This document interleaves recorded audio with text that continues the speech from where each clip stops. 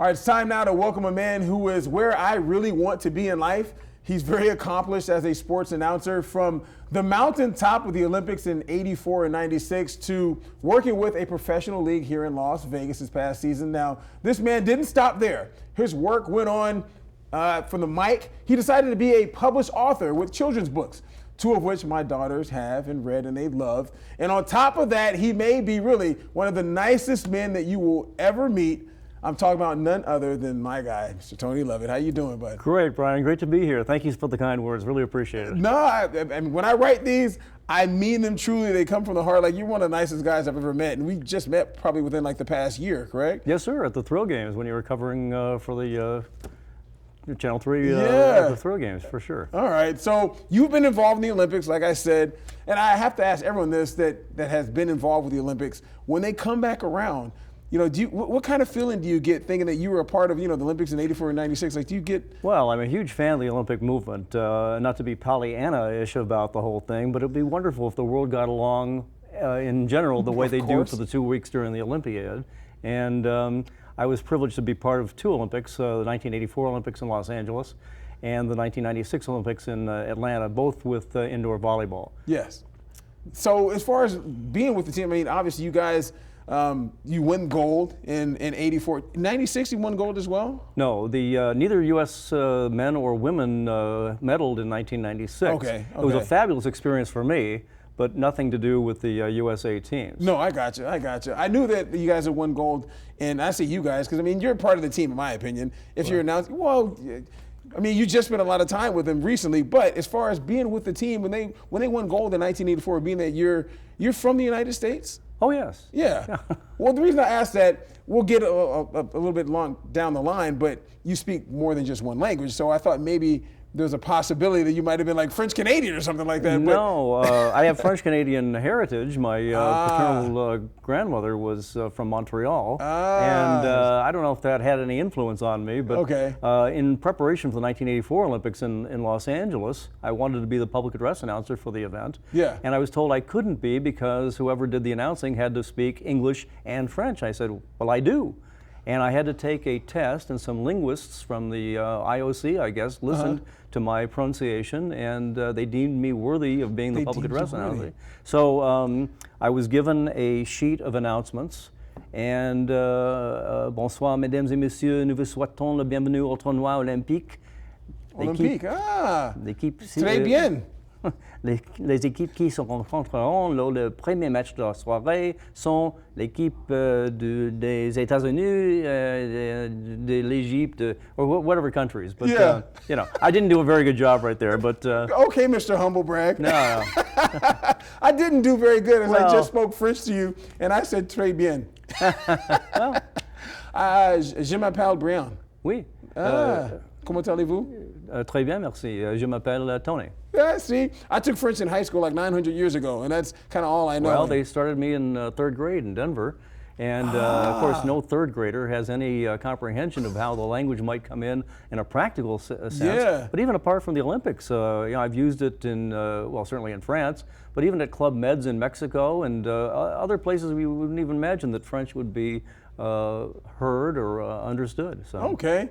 Well, the reason I was asking about the French and got off on my tangent about being French Canadian, which is ridiculous, but the fact that when the United States won gold in 1984 and they're up on the podium and they're playing the national anthem, I know as an athlete it's got to be pretty emotional, but you being an American and them doing that and you being a part of the Olympics, like, what was that moment like? Absolutely. So for the quadrennium leading up to the '84 games, I was the director of media relations and domestic tour coordinator, in addition to being the public address announcer for the team. So I was close to them. I traveled with them. As you said, we just spent the reunion weekend last weekend in Long Beach. So as realizing that they had won the gold medal and now I would have to do the medal presentation ceremonies, I was worried about keeping my professional composure as these guys were being given the gold medals. I can imagine. And there was a film that was done by the Canadian Film Board after the 1976 Olympics at Montreal, and in the background you hear the public address announcer say, Médaille d'or et champion olympique,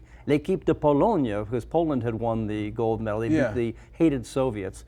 And then winners of the gold medals and Olympic champions, the team from Poland. And I thought, and it gave me chills, as it does now, every time. And I thought, if I ever had the chance to speak those words and say United States at the end of the phrase, and that's exactly what happened. So I said, you know, winners of the gold medals and Olympic champions, the team from the United States. And there's this deafening roar at the Long Beach Arena. Yes. You know, 15,000 people, whatever, and it's on U.S. soil, and these guys are on the medal stand, they're waving, and they're being given their medals. And I am trying to hold it together because, you know, I don't want to lose it. And as soon as the ceremony was over and the recessional music was being played and the athletes had left the arena and the spectators were filing out, I just dissolved into a puddle of tears at the base of the microphone because it was just a culmination of a dream and you know, a lot of hard work and a lot of hope and, you know, as I say, blood, sweat, and tears. And yeah, even though I was not one of the 12 players, I never spiked or passed or you didn't have any volleyball sets or anything, okay? Or blocked a ball. Yeah. That would have been quite something, but no, that didn't happen. But none of the coaches get Olympic medals either. That's odd to me. That's very wild to me. And another lesser-known thing is that only the 12 players, if they play, they have to play at least one play. If you don't play one play and you're on the team, you don't get a medal? And you're on the team, but you don't get a medal. So at the end of the 1984 women's final, the USA were playing China for the gold medal. And it was obvious that China was going to win the gold medal. And there was one woman on the US team who had not been in. And it kind of escaped the mind of the head coach, Ari Selinger.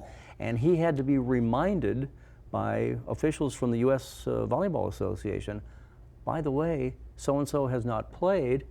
Well, he substituted her in, thankfully, at the very last moment. Otherwise, she would not have been given her silver medal. Oh, wow. Well, thanks to whomever did that. That person is a saint, because, I mean, that's... Oh, yeah. Could you imagine? Yes. Could you imagine playing an Olympic game and not getting a medal? Yes, 40 years later now, putting in all that work. Yes, she may not have played much in the Olympics. Who cares? But she put in the time, and yes, it would have been a huge disappointment. Man, that is wild, and I did not know that. Now, something that we have here sitting on the table, some of your memorabilia that you've taken from throughout the years, that you've been given throughout the years from '96 Olympics. We've got some jerseys, some hats, and whatnot. But first, this jersey you have over here is what now? Because it's a one of a kind. Right. As you told me. This past weekend in Long Beach, the 9 of the 12 Olympic gold medals from 1984. This is the 40th anniversary of the men's first gold medal in 1984, and Mizuno, which was a sponsor of the team at the time, prepared these unique commemorative jerseys, USA 84, it says on the back, and each of the players and those of us who are on the periphery and the coaches were given these.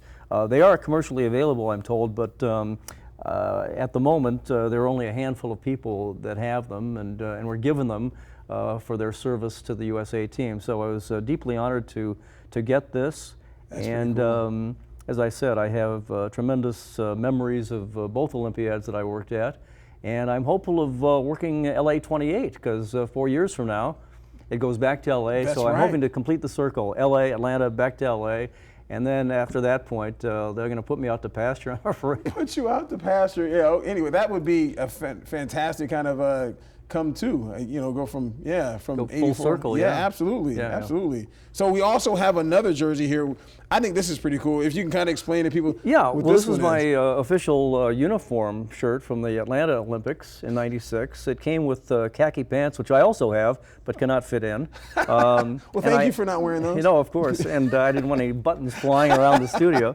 And I also have my complete ensemble from the 1984 Olympics in Los Angeles. Okay. And most people, when they see it, looks like they came from Burger King. Though it's got that like that creamsicle orange color. It's not cool like the Tampa Bay Buccaneers. Yeah, it's exactly the color. That's exactly the color.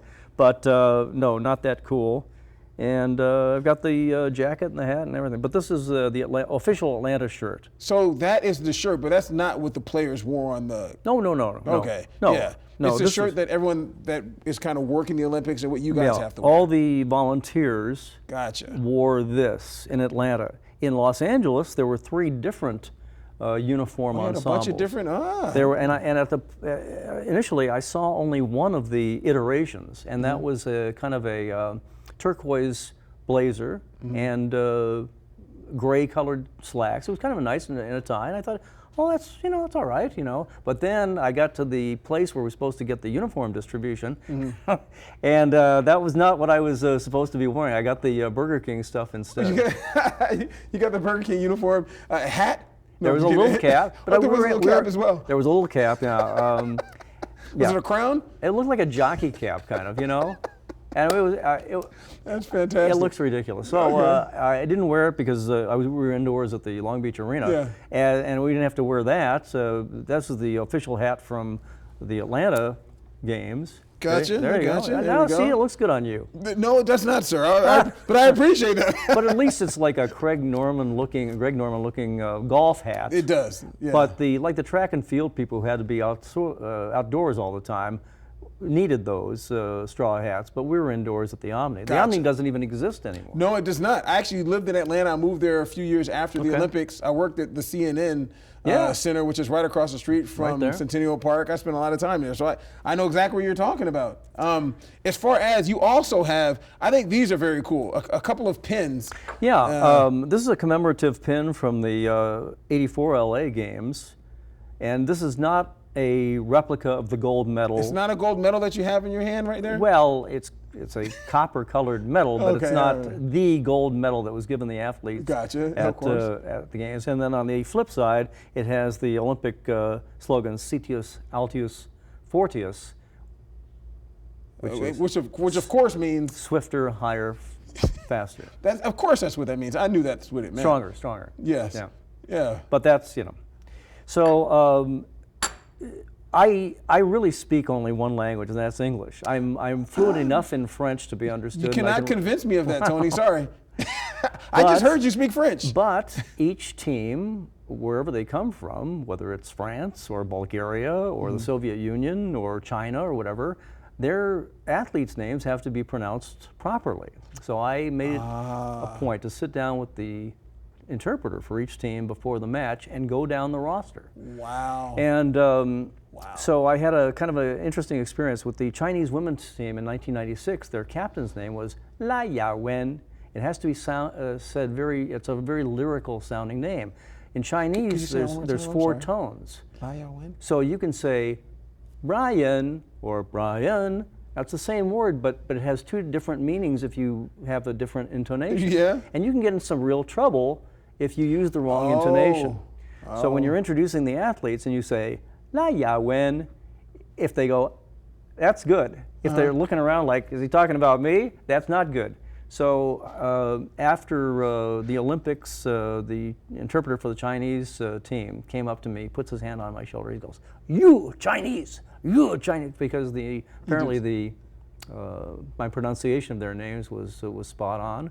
And then, which was a complete surprise to me, after the Netherlands men won the gold medal in '96, their captain, Henk-Jan Helt, who I first met on my first trip with USA in 1989 to the Netherlands, came out, gave me his jersey, and with his one of his top players, gave me a bag of throat lozenges because the Dutch names are so hard to pronounce. So we say Vincent van Gogh. Yeah. But it's Vincent van Gogh.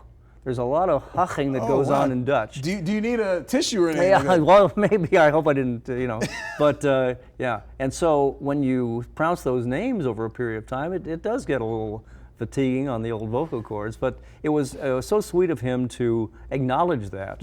And those are the types of things that really have endeared me to the Olympics. They're just 2 unbelievable experiences. Man. So first thing I have to say is, not doing on purpose, I'm sure, but you almost make me feel as if I don't even know what I'm doing in my job, because like I mean the kind of stuff that you've done and the amount of professionalism that you've shown, especially with these names, because I know how hard it is when you get a name that you don't know how to pronounce and you don't have an enunciation, or it is brutal, and then you don't want to mess up someone's name on television. So you doing this in front of the entire world, literally the entire world. I mean, I commend you, and I'm really not worthy as a broadcaster, because I mean, I feel. I'm serious when I say that, because that's bananas that I couldn't imagine. In 1975, I knew virtually nothing about volleyball other than, we played in the backyard or at gym class or that sort of thing. I'd never seen volleyball played at the Olympic level or, say, the level that the Thrill plays, Yeah. So I was asked to do play-by-play of volleyball on the radio. And I thought, what do I say? It's over, it's back, it's over, it's back. He touched it, I mean, what do you say? And I sat down with the coaches of this professional team in El Paso, Texas, where I learned about volleyball, and they're Hall of Fame people, and they walked me through it. I watched hours and hours of tape on practice the dedication. and Olympic footage, from the past. And they said, "Oh, here's outside hitter and middle blocker, all this stuff," and so it sort of sank in somehow, and I was able to take kind of a didactic approach to the radio broadcast because I figured the listeners knew at least as little as I did about the sport. That's smart, though. And so we were sort of learning together, and yes, there's 3 touches on every side, and the setter's like the quarterback, those kinds of things. Yeah. And of course now, when I sat down to do my first thrill match, I hadn't done volleyball in a long time, and I was nervous that it was like riding a bike, as it turned out. And that also was a wonderful experience, and I'm hoping to be back for season number 2. See, look at you. You must have been involved in television as well, because I mean, you're Mr. Segway King over here. You're setting me up. Well, I was the first to do volleyball on ESPN in 1979. I know. I read that as well. First to do volleyball on television. So I mean, that's a trailblazer in that respect, but also a trailblazer as in calling the Vegas Thrill games here over at Lee's Family Forum. The fact that we have volleyball, female volleyball, women's volleyball here in Las Vegas, they have that. I mean, what was that experience like doing that here? And I tell everyone who wants to listen, the atmosphere inside of that building was fantastic for those games. I totally agree. It was lots of fun, and win or lose, those athletes go and sign autographs at a table up on the concourse, and they're very patient and very engaging, and I think they've endeared themselves to not only the volleyball community, but Vegas in general. 1,000%. They're appearing on television commercials locally. I'm sure a lot of people have seen. Yeah. And yeah, I think it was a disappointing one-loss record last year, but anyone who went to the matches at Lee's Family Forum last year had to be entertained. Tremendous rallies. Yes. As I said, the athletes are great ambassadors for the sport. World class, right? Yeah. And several will be back, and they've picked up some newcomers. Alicia Glass-Childress, who was their setter and captain, will be back.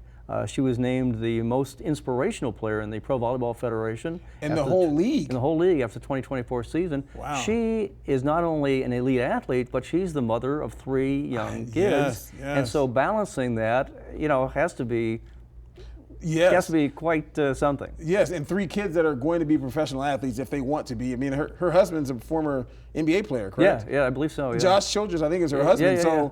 I remember when he played at Stanford. So yeah. She's that's a fantastic family, and she did a fantastic job. I didn't know she was voted that inspirational for the entire league, which is great. She was the only thrill player recognized in the postseason. Wow. Okay. All right. So we have that. And then also something that I alluded to in my open, the fact that me being a PA announcer for the Olympics, that's all fine and well in the Goodwill games. Oh, that's good. I'm doing it in 2 languages. Oh, ho hum. You're also writing books now. I mean, what's? Yes. You haven't done enough? Well, writing has been the essence of my career and everything I've done, but I'd never intended to write a children's book, let alone 2. And I was inspired to do so in April of 2012. Well, actually, before that, that's when the first one was published. But 5 Trees for Mina is intended to help children cope with the loss of a pet. And that was as a result of a pet that I inherited from my daughter when she went off to college, and I thought would only be around for a year or so. I actually lived to be nearly 20, so 7 years with me. And when the cat finally had to be euthanized, it was tremendously disheartening. And so when the cat's ashes were returned to us, along with it was a certificate from the veterinarian clinic that said 5 trees had been planted in the Chippewa National Forest in Minnesota as a living tribute to the cat.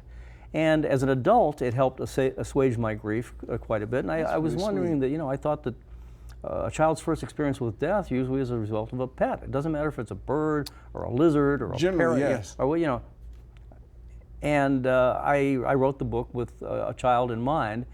So it's sort of purposeful grieving is the Okay. intent of the book anyway. Okay. And parents and grandparents can read the book to the child, and if they have been saddened by the loss of a pet, hopefully it will help them out. And then the second one was The Cat with 20 Toes, also based on a cat, just coincidentally, that belonged to Cat with 20 toes. my Okay. brother, who was convalescing from chemo and radiation. And this cat, Suki, was his constant companion. Cats are very empathetic, as you know. And he Yeah. mentioned to me, he says, well, Suki has 5 fully developed toes on every paw. Not the little dew claw that all animals have, Yeah. but 5 with pads and claws. And I looked it up, and polydactyl cats are really a thing. The writer Ernest Hemingway had a menagerie of them at his home in Key West, Florida. Okay. And now that home is a museum, can be visited by whomever. And the descendants of those cats are patrolling the grounds there. So Guinness World Records has found 2 cats that had 7 fully developed toes on every paw for a total of 28. I think you can Google it and you see there's a cluster of, so. Okay. But the cat, Suki, and the 5 toes, it's a metaphor for their physical differences in everybody, every creature. True. And so it celebrates the physical differences, and it promotes diversity, and hopefully those takeaways are good for a child who would read the book or have it read to them by their parent or grandparent. Man, I'm trying to think of it. What have you not done that you want? I haven't won an Academy Award yet, although. You haven't won it. Have you been in a movie or a television show? Yes, 2. I was in Spiker. Why did I even ask you that? But I did voiceover in Spiker, which was based on the '84 Olympic team, okay. and was filmed in San Diego, and it debuted. It made a nationwide debut in theaters throughout the United States. It was on the CBS late night movie at the time. It was on HBO primetime. I remember being out to dinner with a group of HBO people, just coincidentally, and I said, you know, what's on HBO primetime tonight? And they said, you know, I really don't know. I said, I am. And it was true. Spiker was on. And then in '98, I was in the Tiger Woods story on Showtime, directed by LeVar Burton. I played a golf commentator. My on-camera was like so, but lots of voiceover. Okay. And I remember we shot it the day after the Broncos won Super Bowl 32 in San Diego, which I attended. I'm a huge Denver Broncos fan. I used to do the Broncos pregame show. Boo! But go ahead. I'm Well, sorry. I did the Broncos pregame show on KOA Radio in Denver. Of course you did. Of course you did. So we did the thing, but the Broncos won the Super Bowl, and I stayed up late, you know, celebrating. Yeah. I had to be on the set at 7:30 the following morning. And wow. and I'm sure you've done a lot of productions. There's a lot of sitting around. Well, Yeah. I was sitting around for like 11 or 12 hours by the time they finally got me on set. I had lunch, snoring. I had dinner, I had makeup. I could barely keep away. But so it aired on Showtime in April of '98. We had kind of a watch party at my house, you know, waited for the credits. The big moment, yeah. Yeah. So the following January, I just went out to the mailbox as usual, and this envelope from the Screen Actors Guild. Oh. Yeah, it looked like a check, and I opened it. It is a check. It was like $500-$600. Oh, no, goodness. no. Oh, man, okay. So I thought, wow, you know, mailbox money. So it happened the following January, about half that much. But then, as you were still getting residuals on it. As you were saying, and the better Tiger did in real life, the more attention was paid to this movie somehow. Wow. But there were many occasions where I'd go out there and the check would be for less money than the postage that they put on to Oh, you know what? Me, like people watching this, I want to feel bad for you. I'd love to feel. I want to empathize. Well, but you can only imagine what some of these guys, you know, like Ray Romano or Jerry Seinfeld get when they go to their mailboxes. That's true. That's true. I mean, it's a completely different realm. But it's exciting. No, that is exciting. Goodness gracious! So we're writing books, we're doing the Olympics, we're doing movies, and just with some guy named Tiger Woods, whoever that is. Doing stuff on HBO. Well, this was an unauthorized biography. He was not in it, but LeVar Burton directed it. Yeah, I mean, whoever that is. LeVar Burton. I mean, yeah, what has he ever done? So after the production is over, LeVar calls me at home one day. He goes, Tony, it's LeVar, like LeVar, you know, LeVar, yeah. like our old buds. He says, I need you to get into a studio and record some wild tracks. Things like Tiger Woods poised over a 5-foot putt for birdie. If this falls, he'll have a 2-stroke, or Tiger Woods has just won the third straight, And he had a list of them that he faxed to me. And I went into what a is studio. That? Yeah, exactly. I mean, they were on the stone tablet. I think I had to bring into the. So I went to a radio station in San Diego where two of my buddies were production directors, and he was on a remote. He could hear me and we could communicate. But he wasn't in the studio. Gotcha. So he goes, number one, I read, go down the list, finish the 10 or 12, whatever he had. And there's this kind of pregnant pause, and I'm waiting for him to say something. And he goes, Tony. I go, yes, LeVar. He says, you are a stone cold professional. I went, wow, okay, I'll take it. So you're getting compliments from LeVar, whoever that guy is. I also hear that you had an opportunity to, you've been around Karch Kiraly, who is the god of volleyball in our country. Yes. Gold medalist, I don't know how many times over in the United States. But 2 indoor championships, okay. 2 gold medals, 84 and 88. A beach gold medal in 96, which was the debut of beach volleyball in the Olympics. Gotcha. And then he coached the USA women's team to the 2020 Olympics in Japan, although played in 2021. Okay. Now they're going back to Paris, or they're heading to Paris in hope of winning another one. Exactly. So this guy, Karch Kiraly, who has had a slight imprint on volleyball here in the United States. You're around them during the 40th anniversary of the 1984 team, and you're kind of telling me off camera, but the fact that you got an opportunity to have a somewhat of a yearbook and have a lot of the players and I guess even the coaches or someone like sign this yearbook? Oh, absolutely. As I was digging up some of this stuff from my treasure trove. Treasure chest? There we go. Yeah, exactly. I found this old yearbook that was produced after the 84 games, which was like a compilation of all the team's achievements during that year leading up to and including their Olympic gold medal. And each player on the team and a couple of the alternates had individual pages in the book. So I brought the book with a Sharpie to Long Beach with the intention of having all of them signed. So as I said, 9 of the 12 were there, including Karch. And they signed it, and I didn't really pay any attention to it until I got home, and I was leafing through it, and it almost brought me to tears. The impact that I seem to have had on these guys, including Karch, and he says, Tony, you the man. He underlined the and man. I mean, if he's saying that, it must be true. I mean, Karch Kiraly, LeVar Burton, you've got you're Chinese as well. You Netherlands, you got the throat lozenges and everything else. Yeah. Who else? But it's just a great cultural experience, interacting with these people from various parts of the world, some of which I've been to personally, some of which I have never been to, but they brought that to me, and it was just a tremendous experience. Man, we could talk forever. I know that we cannot talk forever, unfortunately. The Olympics are coming up, obviously going to be right here on Channel 3. I'm sure you'll be paying attention because you were a lover, a fan of the Olympics, also someone who participated in it, regardless of the gold medal or not having a gold medal. With my buddies Paul Sunderland and Chris Marlowe calling indoor and beach volleyball. And I'm sure we have a great story for them as well. That Unfortunately, we have to cut short of this now, but I'm gonna have a little addition to this interview that we'll have, and you can talk about some of your contemporaries that you had spent some time with as well. But Tony Lovitt, this man is a treasure. Now here from San Diego to Las Vegas. I appreciate you coming in the studio and sharing some of your stories. I mean, you have some of the best. I thought I had some good stories. You've made me feel like about this big, so I appreciate it. Brian, thank you so much for having me. I really enjoyed it so much. All right.